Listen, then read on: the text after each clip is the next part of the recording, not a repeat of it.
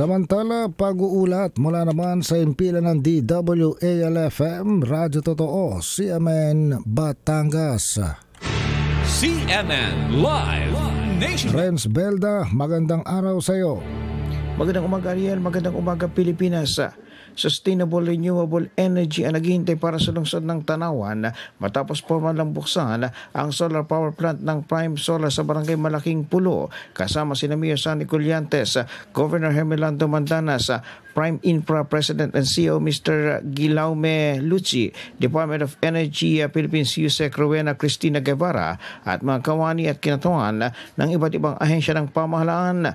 Ang nasabing power plant ay inaasahang makakapaghatid ng aabot sa 128 megawatts na solar energy para sa 84,000 na mga kabahayan.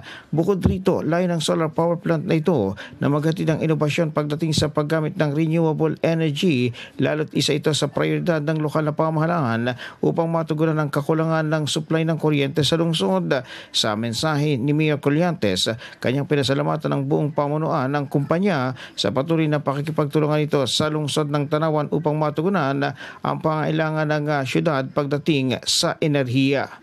Mula sa DWALFM 95.9, ito si Renz Belda ng CMN Batangas nag-uulat live para sa CMN Pilipinas. CNN Live Nationwide. Maraming salamat, Renz Belda, mula po naman sa impilan ng DWALFM, Radyo Totoo, CMN Batangas.